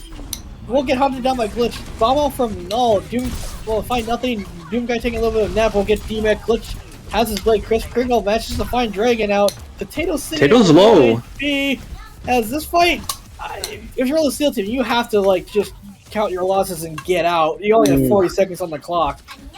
Yeah, one tick. You know, at least you get something. You get one tick, but you're staring down the barrel of this blade and you don't have that rally yet. Even if you do have the rally, it's not a surefire counter to that ultimate. The Genji blade can eat through that rally quite easily, as we see that blade come out very fast nice here. Swoop from Cry. Cry manages to hit the whip shot, negating that rally out from Cry. Koi, Doomguy finds Dragon. Koi manages to trade back onto Chris Kringle. Nurk in the hole, he finds Fantasy out. Dragon switches over to the Tracer. Nurk at half HP on the point, but if they find the pick on the Glitch, Doomguy, the last hope for Vigorous to try to stall his point out, but it looks like the Steel team, it wants to be D-Mech. Doomguy, they should be able to secure this point. Chris Kringle manages to hop on for a stall at 1 HP. Unfortunately, manages to escape and live another day, but now Doomguy gets D-Mech'd, and then the point goes over to the Steel team as they manage to cap in overtime. There was an opportunity for Vagrants with that hold. Ana almost had that nano, but was not in a position with the response to be able to support the D.Va on the contest, and thus point falls after a very, very long first point attack. OT. But we're on second, rounding the first corner now, and both nanos are on the board, so we'll look to see probably a nano blade from Lucille, and that comes out early and gets a Torb pick. We'll find the Torb out. PC Narc hunting nearly finds Chris Kringle, but manages to back off. Doomguy in the meantime got nano on a point. Mimi as well with that strike force manages to get the nano too, and now Mimi will take down two. Mimi at 1 HP, however. Dragon on the Tracer still might be able to D-Mech Doomguy. Doomguy is super low. Bomb out from Koi. We'll find nothing. Dragon still hunting for that pick on Doomguy, but the Steel team, they have to back out of here, but they still have the cart pushing, which is a good thing. Dragon with the Pulse Bomb Edge, it's a whiff. Doesn't hit Fantasy. Fantasy with the molten core under the point. Null eats a lot of that damage. Null eats a lot of that ultimate out, but unfortunately he's in a world of hurt right now. His manages to barely survive. Beat out from Chris Kringle as this fight is just still going. Rally out from Cry. Fantasy manages to fight Potato. That should put a nail in this fight. Cry still manages to live. Bomb up from Doomguy. Doomguy manages to find a couple picks. Chris Kringle with the move on the Koi, and that should seal the fight for Vagrants. There's only 30 seconds left here for Lucille, and you're swapping to Juno as well. It's a rough world out there. These extended fights really going in the favor of Vagrants. There's small trades initially. Small trade from Lucille forces Vagrants to take a step back and not really push the letter on the initial picks they did get. But then as Lucille pushes back in, when they get their full 5 back, then Vagrants able to find trades that help them win the fight, and now we're in a scenario where this is going to be the last fight, and Vagrants have that nano coming up as well. Yeah, they also have the blade as well, which should come out on the Glitch here shortly. Doomguy already seemed pretty low. Blade out from a Glitch. Manages to find out Dragon. Cry should be next. Cry actually also avoids it. Cry down though. PC Narc in a hold position. Null 1 HP on the point. Manages to survive a little bit longer with that wall being pocket by Potato, but Doomguy finds out Potato, and that should be that right there is where the cart will stop. And now Vagrants have a win con to send us to map 5. Yeah, very strong play from Vagrants, absorbing these dives, these pushes from Lucille, and then finding a trade out of it, and then making that fight winnable. And at the end of the day, as everything breaks down, they're able to win these fights where maybe at the beginning you think, oh, it's lost for them. They don't have the ultimates for this fight. They should just kind of dry fight, lose it, go next. But they're able to kind of clutch it out with some of these trades in these fights, and it's really, really good look for them on this dive. Yeah, not a bad look, but you gotta kind of find it interesting. If the Steel team doesn't want to play Winston, and I thought the D would be a better look. That just didn't really look strong for them whatsoever. It looked pretty messy. They also had the mid-map DC, but now the SEAL team on the defense going with more of a bunker style with the Sigma Torb cast. Obviously, hate Ash this. is banned out. Ash is usually played on defense on this map most of the time. Vagrant's pretty much saying the same thing. Only thing changing is the support is Mimi going over from Ana to Kiri. I don't hate this for Lucille. Obviously, Null Koi had a very, very strong performance on the SIG on Circuit Royale. So we know he's comfortable on the SIG. So maybe because they're playing on this kind of more comfort poke bunker style, maybe they'll be able to find a very, very strong defense here. But I think it's really only best on first point. There's not a lot of bunker positions on second where you can make use of this style of comp. It's really kind of that back right corner on first. Yeah, they're playing on the other side high ground now. Vagrants, I mean, I won't be surprised if Mimi goes Ana because Ana and A can shut down this bunker style if it lands.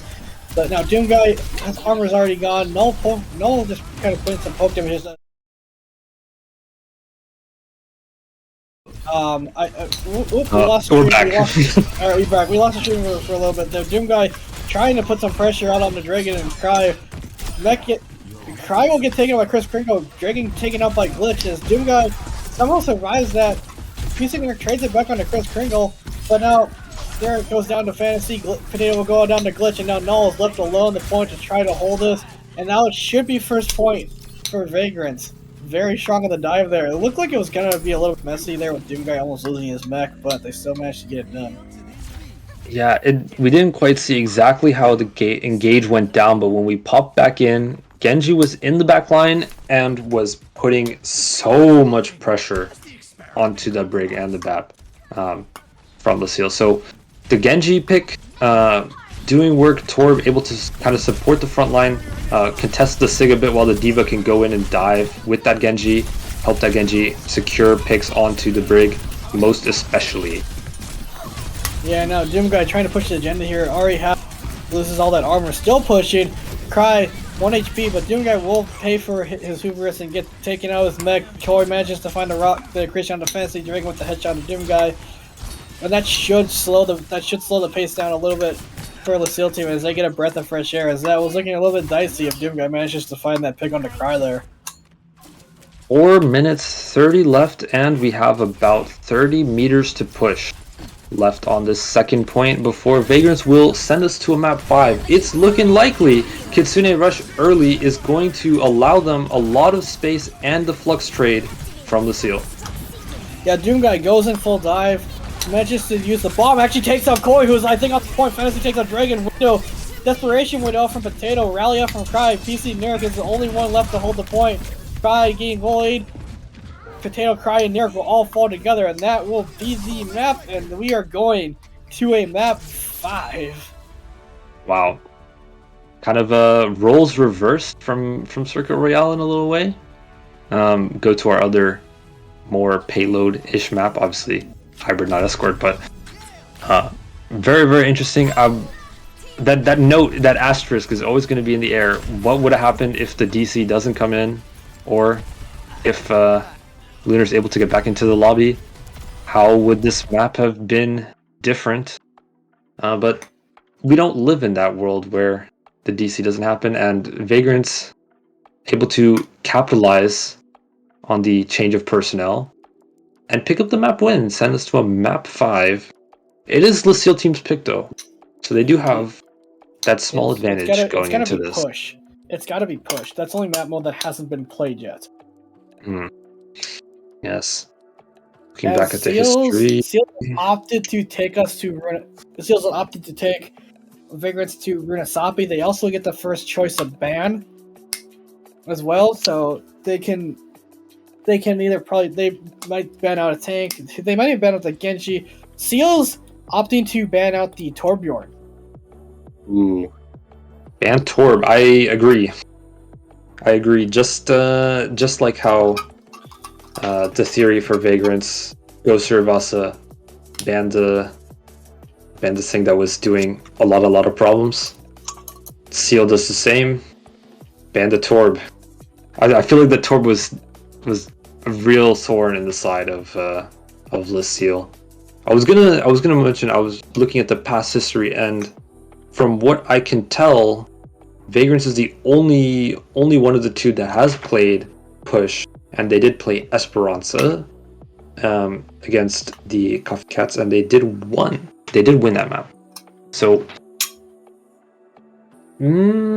push being the last map type, maybe it favors Vagrant. Maybe this is going to be a good look for them. We're currently waiting for the ban pick from Vagrants. Maybe you just ban Sig. Honestly, you could do that. You could ban out Sig. That wouldn't be a bad pick with how it seems like a comfort pick for Null as a Sigma. Yeah.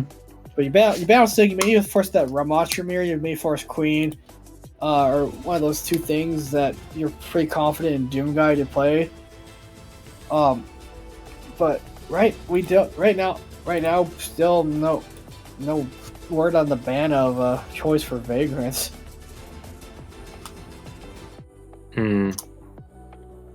As we flip through all the scenes, is this do we know if this standings is updated for the matches that have already happened today in intermediate? Yes or no? I know a couple of them happened yesterday. A couple matches happened yesterday, as you see here. IHOP moving up 4-0, taking down Chicago Deep Dish. And Vagrants have opted to ban out the Brigida, but Strix is still staying at the bottom. That was my old team back in the day. I am happy to see they managed to take 2 maps. So that's a start. They're still sitting at 0-4, unfortunately, at the bottom. But Leduc's Legacy and IHOP are 4-0, still sitting at the top there. Those look like a couple of top teams right now. As Chicago Deep Dish was considered to be one of the top teams, but IHOP, I think, just beat them. IHOP did beat them. I don't know what the scoreline was. I'd have to look later. But that was I have it pulled up right now. IHOP Deep Dish was a 3-2 map 5. So IHOP managing to come on top of that map 5 there. Yeah, and we did also mention Kingpins. No, did we? No, we didn't. Kingpins, another team that's kind of been around for a while. Both me and Denji know a lot of people from that org. Kingpins picking up a 3-0. So looking good for them this week. And we are seeing we will be in shortly, and there we are. Runasapi, I think, has to be the most favorite of all the push maps, right? For most teams. It would be between Runasapi and Esperanza, probably. Yeah. I personally like Coloseo, but I'm a sicko for that, so. I mean, I don't mind Coloseo, but also I was happy when they removed the glass, Spyro clip reference, because when the glass was in play in that map, the mid fights would take forever, as two different comps coming up from both sides. Lucille Team 6 showing Vault. Never mind, Koi going over the Ramatra. Vagrant showing that Lucio, what's been dubbed no backline dive with Lucio Kiri. Ooh, I do love me some Lucio Kiri. Love the support line so much. You can hear the enthusiasm in my voice, guys. It's totally not. It's totally not always run all the time for so long. But Winston versus Ramatra, I think. I prefer Winston into Ramatra, but I think it's a lot more of an open matchup than a solved one, for the most part. Yeah, you see Jim got here going in the engage, gets taken out really fast by Koi with a beautiful slow. Koi managing to find another pick on the movie. Fantasy does manage to find a pick on the PC Nerd, but Koi is a very angry Omnic and on a range. Find out Glitch, Dragon manages to find out Fantasy, and Chris Kringle, the last man left standing, and now Lucille Team 6 should get that bot moving. Null doing the work on the Ramatra, finding the picks at the end to clean up that fight, and building himself an early annihilation here. Could be quite influential in this map as it develops, but Vagrants have a lot of mobility, so it might be difficult for that Ramatra ultimate to lock down anybody. But as I say, that slow finds all the value with an early pick on Doom Guy as well. Forcing... This point will be in danger of a cap here. And Lucio will have faster ultimates than Vagrant, so this cap could be very, very likely coming out here. Doom Guy making a switch over to Malga as the point touch will come through before the actual cap is met. Cry eventually falls super low, but Fantasy pays for the overextension. Dragon puts the rail into their head.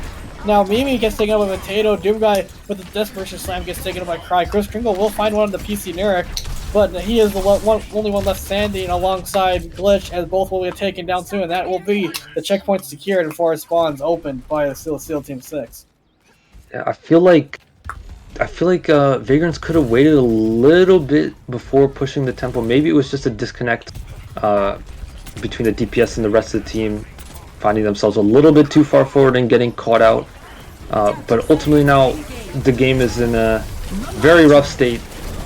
Echo Ultimate comes out, but you have 2 support ultimates and a successful kite for the SEAL team. We cut it out. The nem form duplication will expire from Fantasy. Beat and continue rush out from the SEAL Team 6. The Annihilation will come. Duplicate Annihilation will come for Fantasy, but runs out. Overclock out from Dragon. Koi takes down Doom Guy. Fantasy follows through that nice headshot, well placed by Dragon. And now Glitch. The only ones left alive are Glitch, Mimi, and Chris Kringle. And Dragon not done looking for a pick on the Chris Kringle, but Chris Kringle manages to escape just in time. But Cry, in the meantime, did manage to take down Glitch, which I think was stuck in the mini pack room. Kiting the Echo Ultimate successfully, copy on the Ramatra was what it was. But you used both your support ults at the same time. Maybe you could have saved that Lucio beat, have it for this next fight. But there's not too many tools for Vagrants either, so this is going to be a quite still favored fight for the SEAL team, although PC Nerd does go down early. Yeah, Glitch finds PC Nerd. Potato manages straight out of Doomback. Potato manages to find out Glitch. Chris Kringle in a world of... Cry manages to find Chris Kringle, and now Dragon will find... Cry manages to find Fantasy. Dragon will find Chris Kringle and Mimi, and that bot is still going towards the spawn of Vagrants. Vagrants have to do something here fast, as the SEAL team, they do have a couple returning off the spawn, as they will vacate the bot and just look to hold this corner where the checkpoint is. Yeah, a strong fight for the SEAL team. They win it kind of on the cheap too. Still Ramatra ultimate and late support ultimates coming out, but Vagrants have the Kitsune Rush and Cage to push the tempo. If they know they have a little bit of an advantage with the support ults, they will go early, and they do. Yeah, nice ender there from Glitch. Manages to take out Pizzy Nerd. Null just blocking through all that damage. Potato and Dragon will be taken out. Glitch manages to find another one to Cry. Fantasy finds the final kill on McCoy. And you only had to use the Kitsune Rush there for the side of Vagrants, and now you still have that Cage fight to work with. And Glitch almost up to that Deadeye. Yeah, it could be a very strong snowball coming in for Vagrants. You have that that ultimate from the Malga, the Cage fight, can be very strong in locking down this objective, and it can do a very good job of countering out the Ramatra ultimate as well. It is a shield, it will block the LOS on it, but you are stuck in it as well. So a little bit of a dual play, and we do see that Cage come out, but in response to the Kitsune Rush instead. Yeah, beat will come up from Cry as the Cage gets broken down by Potato. Glitch manages to find a dead icon. All spawn will go wide from Neric. Null rips the Annihilation point. Fantasy finds Potato. Null currently trying to chase down Chris Kringle. Doom Guy comes back and just stomps Null. Fantasy finds another one on the Cry, and now this Null, the last member remaining on the SEAL Team 6 to try to hold his point down, goes in Nem from looks for a trade, will just off the die on bot. And meanwhile, Fantasy manages to take down Nerd. Dragon will manage to find a pick onto Mimi, but Fantasy is hot on their tail, but unfortunately he gets taken low by the Disruptor shot, has to back off. Yeah, it was a strong fight for Vagrants. Lucille using quite a lot of tools there. Oh, no. I was gonna say you can't really stay here without that Kiriko, but Doom Guy finding the trade makes it winnable for them, and they have Blade here. It's good for Vagrants. Blade out from Glitch. Wolf manages to launch high call picks beat. Also committed by Chris Kringle. No, the last man standing from Lucille Team 6 will die on bot. But if you're Lucille Team, you managed to get the bot running in the opposite direction, and you forced out a couple ults. So I mean, you should be fine with that. Yeah, we traded positions in the beginning. It was Vagrants not really finding the value with the ultimates in the fights, causing a big advantage for Lucille. Now it's the other way around. Lucille not really finding the value with the ultimates, Vagrants with the bigger advantage. And they're closing down on flipping that lead. So this is the important fight. If Vagrants win this, they will most likely get the flip of the lead, and it will be a very, very difficult task for Lucille to overcome. Nice stick there from Nurk. We'll take down Glitch. Now Nurk still pushing the issue. Might be able to find out Fantasy here. Fantasy no deflect, no cooldowns left. The rest of Vagrants have to turn tail and get out of there to live another day.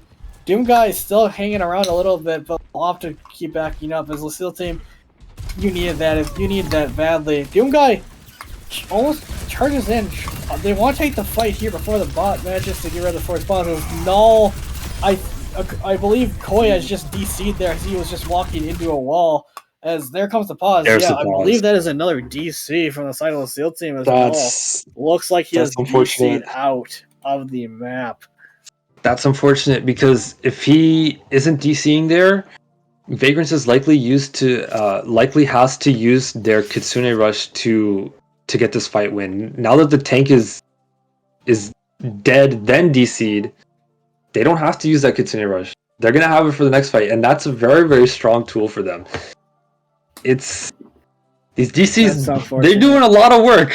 They're doing a lot of work in tilting the tide of the series here.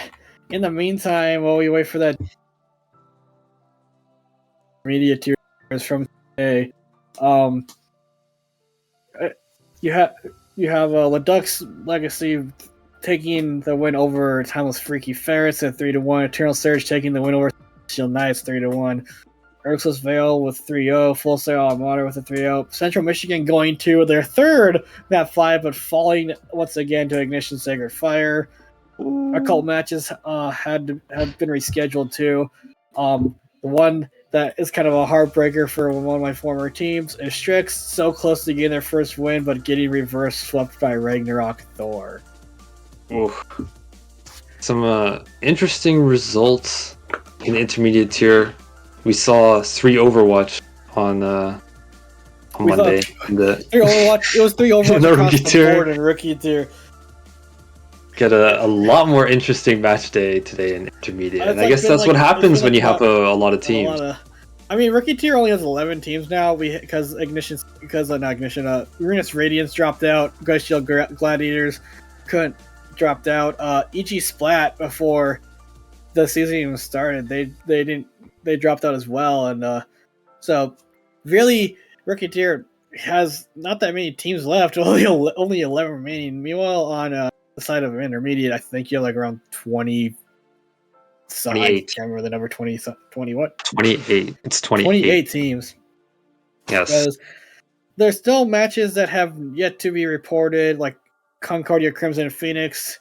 Apparently, I think I saw a bunch of GGs being said in chat earlier, so I think that should be done. Oceanside Atlantic versus Aura Fairy got rescheduled to tomorrow, and then Raito and Coffee Cans got rescheduled to Friday. Hey. I almost said Ratio out of habit of thinking that's the way you would said their name until I realized that's not the way it's spelt. Also another one that took place yesterday, Colon 3 Siamese versus North Paris. I believe that was a 3-1 for Colon 3. Score has not been reported yet. And then Grav 9 versus EXN Holocene. EXN taking that 3-0. Yeah, and looking ahead to Thursday in Advanced Division, just a reminder for you guys, it's the Cafe Game versus Paradise Lost. And I'm going to say it again, I will not be casting that one, I swear on my life, because I actually have a club meeting. I will not be available. So if there is another breakdown, I will not be available. You guys will not be stuck with me again, I swear. All right, we're heading back We're in back. as the DC. We're heading back in. We're heading back in as the DC has been solved. I do have null on my friends list, so I saw him pop back online in the bottom corner of my screen. So unfortunately, DC, because I think Null was very close. I don't. That spawns him back with his ultimate charge. If that is the case, that would be great. But if he might be reset back to 0. No perks either. Too with the point in the map, you're back to square one with your perks and your ult charge and everything. The perks will charge somewhat fast, but it also could be an opportunity maybe to counterpick tank so late in the game might be helpful. They could go Sig.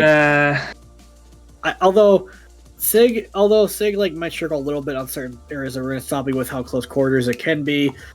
Yes, he does have that kinetic grasp to eat up damage, but he can get stunned out of that by the overrun stomp from Mulga as we're back into the match as we left off. Null Junker Queen go over to the Junker Queen, and now if you're Vagrants, I mean, yeah, since Null DC'd, you didn't have to use that cage fight, you didn't have to use that Kitsune rush, and now Lucille team backs against the walls. Vagrants doesn't have to push that bot that much further to overtake the massive lead that Lucille team had at the beginning here.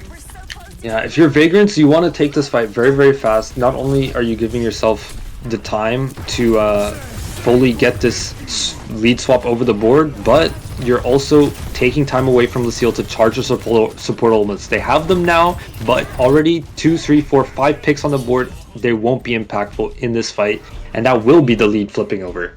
That'll be the lead flipping over, and Vagrants only had to use the cage fight to get that, and now Vagrants have 4 Lucille team. Only with 3, it's gonna be support else for support else here. But if you're Vagrants, you don't even really need to invest ult. You can just like play defensive, unless you get that first pick from Fantasy on the PC Nurk. That deflect out. There's people going in. Overclock out from Dragon. That gets taken down by Glitch with the dead. Koi manages to trade Chris Kringle. Cry goes down with the beat. Mimi and Potato both use like Chris Kringle manages to find Koi. Potato desperately trying to keep Nurk alive. Suzu out, manages to stop the overrun. PC Nurk 1 HP, manages to get taken out by Mimi. Cry with the beat. A last-ditch effort to try to keep this one going. Dragon will find out Chris Kringle, and that should signal the retreat for Vagrants, but Doom Guy not done yet. Almost manages to take down Dragon, but Cry will find out in the end. The trades early on in that fight were enough to make sure that Vagrants couldn't get the full cap, but they were able to push it almost 20 more meters than what the flip was. And now Lucille, had to use all their ultimates in the bank to prevent that cap from coming out. And Vagrants, they still have that beat, they still have that blade. Pretty decent combo here. They could look to press early, but it's only 40 seconds. They will probably opt to make it last fight. Yeah, Blade out from Planet Fantasy, gets knocked back, doesn't manage to find a kill. Koi manages to find Mimi out. Potato steps a little too close and manages to get taken over. Fantasy Cries only the support remaining for the Steel Team 6. Dragon takes down Koi manages to take down Glitch with that Carnage, manages to take down Doom Guy as well. Another hero play maybe from Koi coming in. Chris Kringle has to turn tail and get out of there. Maybe with the Suzu, Koi will take her out as well. Chris Kringle manages to pick on a Dragon, but now it's just Fantasy and Chris Kringle left on the point to try to hold it. Nice dodge out from the axe from Fantasy there. No, with another pick onto Chris Kringle, trying to will his team forward. But most importantly, Chris Kringle still has that sound barrier. Null buys them a shot here. But there is a blade. The Rampage can get that beat offline. Then the Genji blade comes in afterwards. Could be the winning idea here for Lucille. And there we see it. It's going out as predicted. Yeah, Rampage manages to go up, beats out from the side, but Doom Guy with the cage manages to find Cry. Fantasy with Doom Guy with another one to Koi. Nurk with the blade. We'll find only the cage. Mimi gets another pick on the Nurk, and now it's just Dragon left just contesting, and oh, that was looking so good for Lucille Team 6 early on, but a DC causes the downfall, and Vagrants will take the match 3-2. Not to understate the impact of that DC, but Glitch and Fantasy on the DPS did really step up in this series, and especially on this final map, finding trades, finding opening picks that really made it difficult for Lucille to come back in this map, and then also in the previous maps as well on that Nimbani. So I think really, really strong performance from both teams. As I said, map 5, we came a long way from that Circuit Royale. Yeah, that Vagrants, circuit was not close. Vagrants, they after that Circuit Royale, they flipped the script a bit. They played really, really close, and they were able to grind out that win. A little bit of favor, but they still did play incredibly well. Lucille team also played incredibly well as well. Two teams that I think deserve to be at the upper end of the standings in intermediate division. Whether that'll shake out at the end of this week for Lucille, I think they will be dropping places. But no matter, still 1 week to go, right? There's a week 5. So, yes, there's a week 5. Yeah, so like everybody knows we do usually give MVP. Unfortunately, you don't get the graphic this time because unfortunately Mike has not been taught how to set that up. Or Mike actually, never mind. We have it. So we have it. We decided during map 5 to give the MVP, if it was Vagrants, over to Glitch. Yeah. Glitch having a very strong performance throughout the series. Fantasy really coming alive towards the end in the last few maps, but Glitch throughout, even on that Mickey Mouse Circuit Royale, still had some really good performance. Was kind of the backbone of them being able to kind of make it all the way to that full cap, despite the early troubles on their attack. And then, of course, cannot forget the May play on Antarctic Peninsula. Actually, insane May play to clutch the last point and get them that first map win, which ultimately was the difference here in this series. Main difference here is, like, you wonder if Lunar didn't DC on Nubani. Maybe if Lunar doesn't DC on Nubani, they take that. Maybe if Null doesn't DC on Runasapi, they managed to push that a little further into spawn, and it's a little bit closer. But you see, Lucille with that win, Vagrants will move up to number 7, and Lucille Team 6 dropping down to 12. Yeah, it's tough for Lucille, but they can look to come back next week. I think. Check the format. I'm not versed on the playoffs format. I'm not sure how they decide who plays what. I'm not sure how they decide who plays what not, but Glitch on that last map too.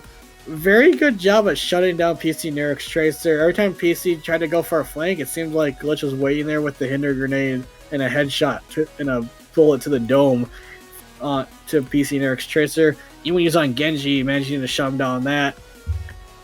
Really solid play across the board, but if you're Lucille Team 6, I mean, you played him, you got him on map 5 before. This one just didn't go your way. A couple of unfortunate DCs might have messed up how you wanted to play, with Lunar not being able to come back and Null going out of not being DC'd on the map really close to their Ramatra ult.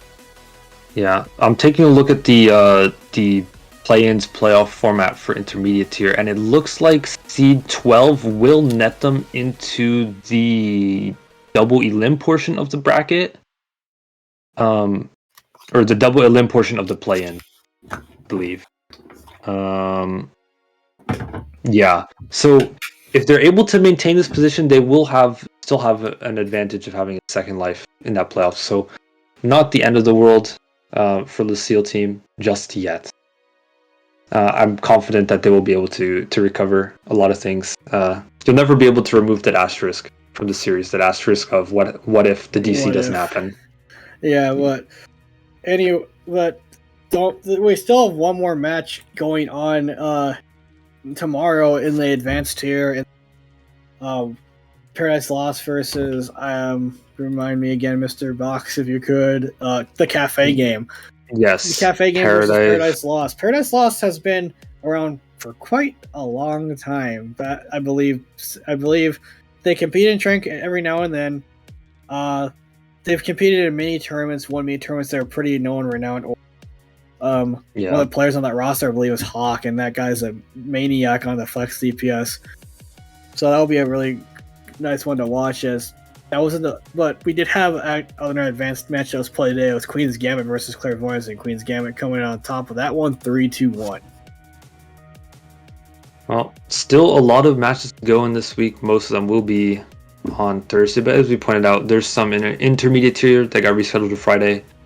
Check out in the Twitch promotions channel to see if anybody is streaming those matches if you want to watch some of those ones on Fridays, but definitely tune in on Thursday for that Paradise Lost game versus the Cafe game. It will be quite an interesting series, and hopefully not as much NA production as today. I've been Mr. Box here with Denji, and we will officially end it after, how long has it been now? 2 hours, 15 2 minutes. hours of like scrambling, but shout out to Mr. Mike on the prod. We had Rain stepping last second to do OBS, and person I believe was doing replays. Yeah, so thank you to everyone who was able to come in the clutch here, help make the stream happen today despite everything. And shout out to the two teams putting together a really good series for us to watch.